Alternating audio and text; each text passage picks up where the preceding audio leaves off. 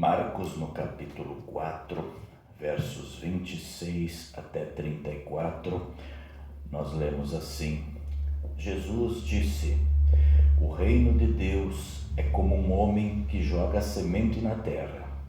Quer ele esteja acordado, quer esteja dormindo, ela brota e cresce, sem ele saber como isso acontece. É a própria terra que dá o seu fruto. Primeiro aparece a planta, depois a espiga e mais tarde os grãos que enchem a espiga. Quando as espigas ficam maduras, o homem começa a cortá-las com a foice, pois chegou o tempo da colheita.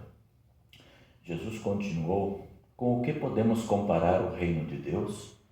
Que parábola podemos usar para isso? Ele é como uma semente de mostarda, que é a menor de todas as sementes, mas depois de semeada cresce muito até ficar a maior de todas as plantas, e os seus ramos são tão grandes que os passarinhos fazem ninhos entre as folhas. Assim, usando muitas parábolas como estas, Jesus falava ao povo de um modo que eles podiam entender, e só falava com eles usando parábolas, mas explicava tudo em particular aos discípulos. O reino de Deus é como um homem que joga a semente na terra.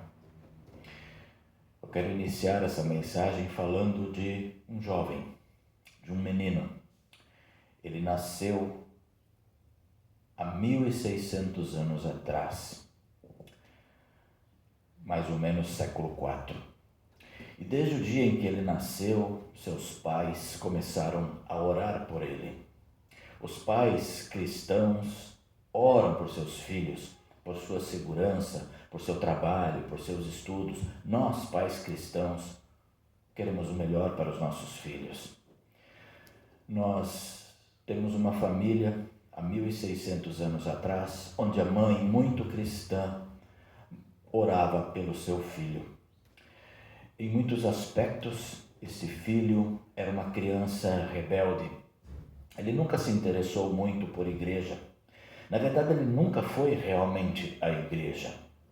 Ele foi quando era jovem, porque os seus pais o levaram. Mas à medida que crescia, ele se afastou da igreja. Ele estava muito preocupado com muitas outras coisas, ou simplesmente ele não estava interessado na igreja. Na escola ele gostava de certas matérias, como a literatura, especialmente os clássicos bem antigos. Imaginem, século IV, ano 400 da era cristã. Ele gostava muito das obras de Virgílio. Ele ficou também encantado com a história do cavalo de Troia e da vitória dos gregos lá sobre o exército de Troia. Porém, em outras disciplinas na escola ele não ia bem, como matemática. Ele não gostava de números. E isso se aplicou muito à sua vida. Ele apanhou diversas vezes, ele apanhou dos professores por não saber matemática, porque naquele tempo os professores batiam nos seus alunos.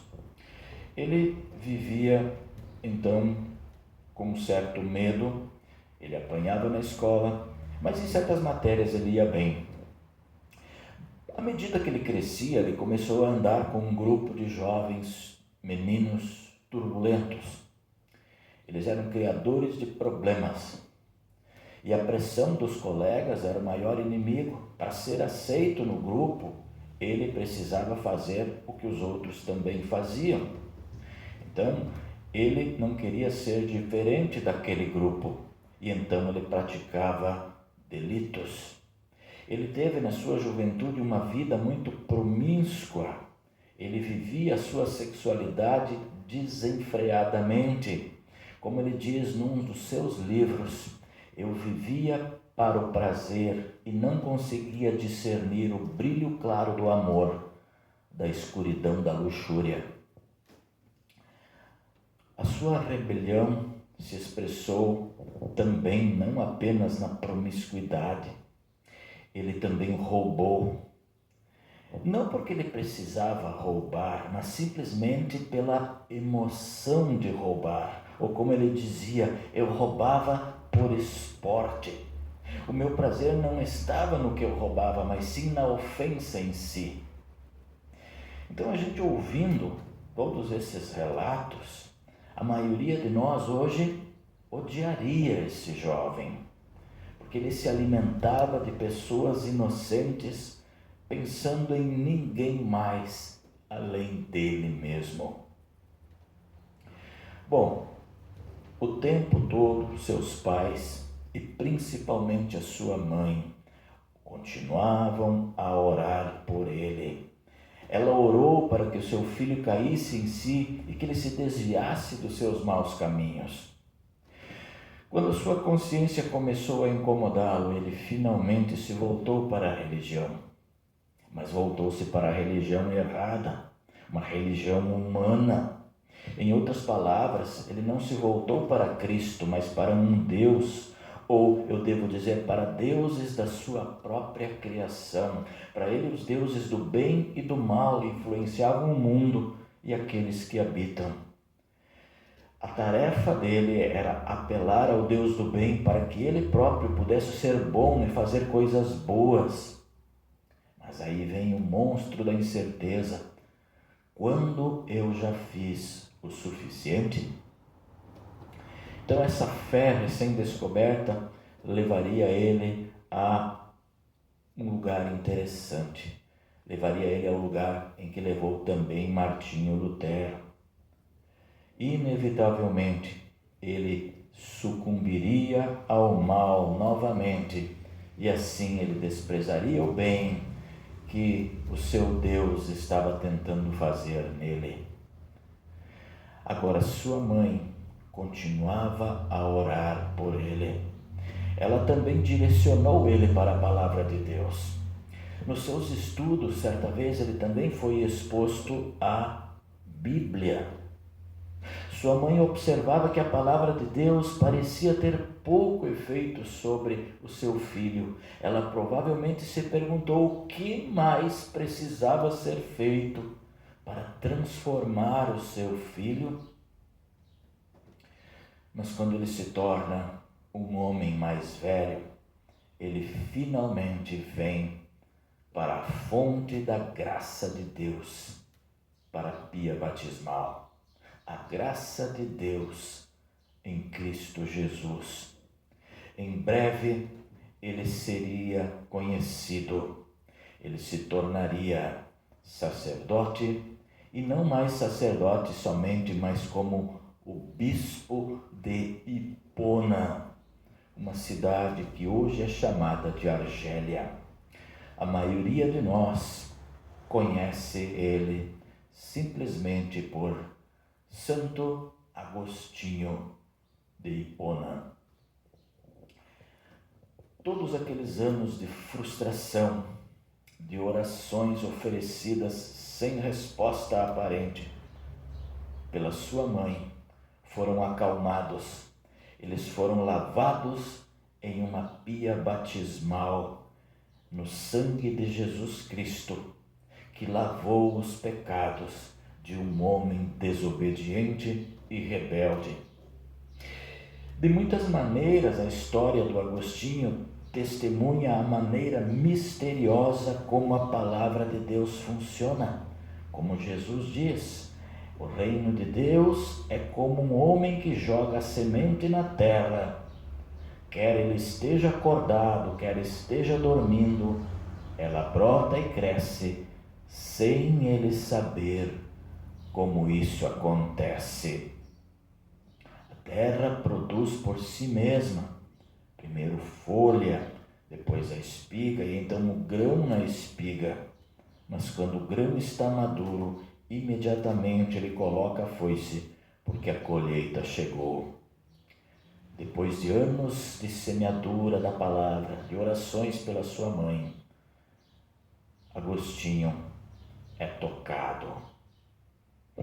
Agora, das frustrações de uma família lá do século IV, nós poderíamos pular para cerca de 1600 anos depois, e nos descobrir também nos perguntando sobre o poder da palavra de Deus. Ela é capaz de fazer o que ela promete ou ela é muito antiga?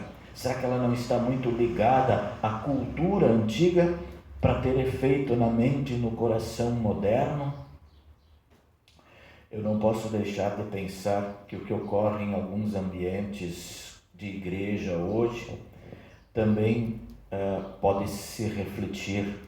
Quantas liturgias são inventadas, quantas pessoas correm atrás de grandes ideias para conversões em massa, quantas pessoas querem mudar o ambiente de culto, querem fazer um culto mais festivo, mais alegre, com danças, com pulinhos, com gritinhos, falar em línguas estranhas para cativar, para fazer com que a palavra frutifique.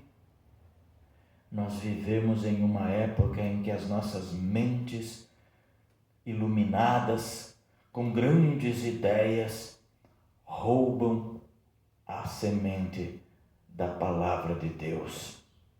A nossa missão é pregar, a nossa missão é espalhar. O agricultor planta sementes no solo, ele semeia, por assim dizer, ele não sabe necessariamente como cresce, mas confia que com o tempo vai dar uma safra. Todo o seu sustento depende simplesmente dessa confiança. Ele vai dormir à noite e dar uma última olhada no campo e o que ele vê? Apenas terra, nada mais que terra, nem mesmo uma rachadura no chão. Mas com o tempo, ele acorda e ele descobre que a semente começou a brotar e começou a crescer. Logo, a colheita chegará. É com isso que ele conta. É o que ele acredita que vai acontecer. Agora você e eu temos um privilégio hoje de pegar e manusear a palavra de Deus, a semente de Deus, e aplicá-la à nossa vida, às alegrias e às tristezas. E ao fazer isso, nós somos chamados a uma confiança simples e infantil. É receber a semente e nos atirarmos nos braços do Pai, como as crianças fazem. A semente é lançada em nós, seja em nós, seja em outros, e ela dá fruto, o fruto da fé e o fruto de uma vida transformada por Deus. Mas isso tudo é no devido tempo. Cada solo é diferente. Há solos mais férteis, ao terreno do caminho, ao terreno dos espinhos, ao terreno das pedras, mas ao terreno fértil. O Agostinho, nós somos informados num dos seus livros, chamado Confissões. Esse livro pode até ser baixado em PDF, um livro de 198 páginas, gratuito. É só digitar no Google Confissões, Santo Agostinho de Hipona, e ele vai aparecer lá o livro Confissões. Nós somos informados, pouco depois de ele se converter à fé cristã, ele foi confrontado um dia na rua com uma de suas ex-amantes. Ele a viu vindo na sua direção e então ele muda o trajeto e se afasta dela. Ela, por sua vez, o acompanha, acelera o seu passo e diz: Agostinho, Agostinho, sou eu. Mas ele diz: mas não sou mais eu. Como a sua mãe deve ter ficado emocionada ao ouvir o filho dizer uma coisa dessas. A palavra de Deus criou vida. Assim como no início de Gênesis, Deus disse: haja luz, e houve luz. Ele disse que as águas fervilhem de criaturas vivas, e elas então apareceram. Ele também cria a fé salvadora. Ele chama as coisas à existência. E foi isso que ele fez no seu tempo e do seu modo com Agostinho. Foi isso que ele fez no seu tempo e ao seu modo, com todos nós. Deus chama, Ele traz a fé à existência, sem nenhum poder de nossa parte. Então, pelo poder de sua palavra, a nossa velha natureza ela é morta, nós somos chamados ao arrependimento e somos criados de novo em Cristo Jesus. Agora, aqueles de nós que, como Agostinho, lutam para discernir entre o amor e a luxúria, são atraídos para o amor de Deus na morte e ressurreição de seu Filho. Nós somos atraídos pelo poder da palavra de Deus, pelo corpo e sangue de Jesus derramado por nós e pela água de nossos batismos, que nos lavou no sangue de Jesus. Agora, como a palavra de Deus o faz? Como o agricultor, nós semearemos a semente e deitaremos nossas cabeças à noite, esperando que essa semente produza uma colheita. Francamente, nós não sabemos como, mas sabemos que sim. Pois é, o apóstolo Paulo diz: o poder de Deus para a salvação é esta semente, é esta palavra. Que Deus abençoe sempre essa palavra em nossos corações. Amém.